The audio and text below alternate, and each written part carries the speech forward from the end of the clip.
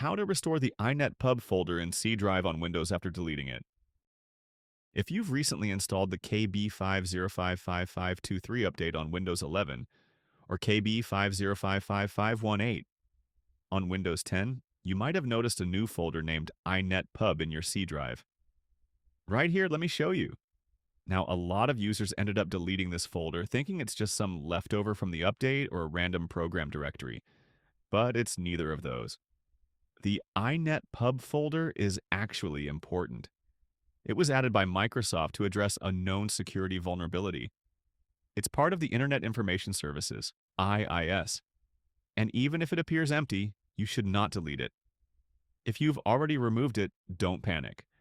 In this video, I'll show you how to restore the inetpub folder in Windows. I'll delete it on my PC first and then walk you through the exact steps to bring it back.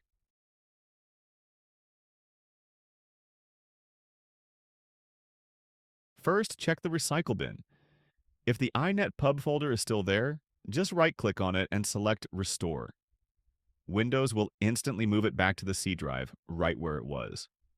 I won't restore it just yet because I want to walk you through the other methods as well.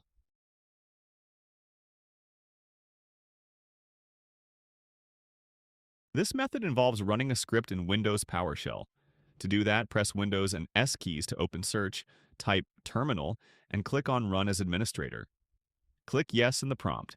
In the PowerShell tab of Terminal, run these 3 commands individually. I have added them to the video's description. For some of you, PowerShell may ask to install the NuGet provider after running the second command. If so, press Y, then hit Enter, and again run the same command, followed by the third one.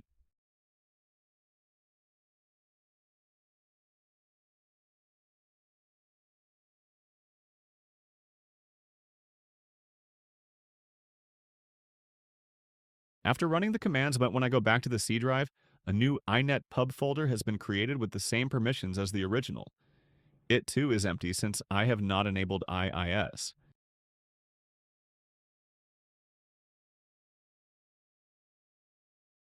You can also restore the inetpub folder by enabling Internet Information Services, or IIS.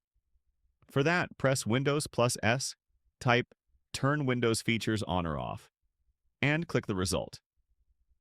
Now, check the box for Internet Information Services, then click OK and let Windows install the necessary components.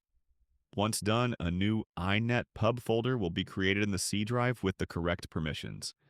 And if you don't need IIS, go back and uncheck the option to disable it. Thanks for watching.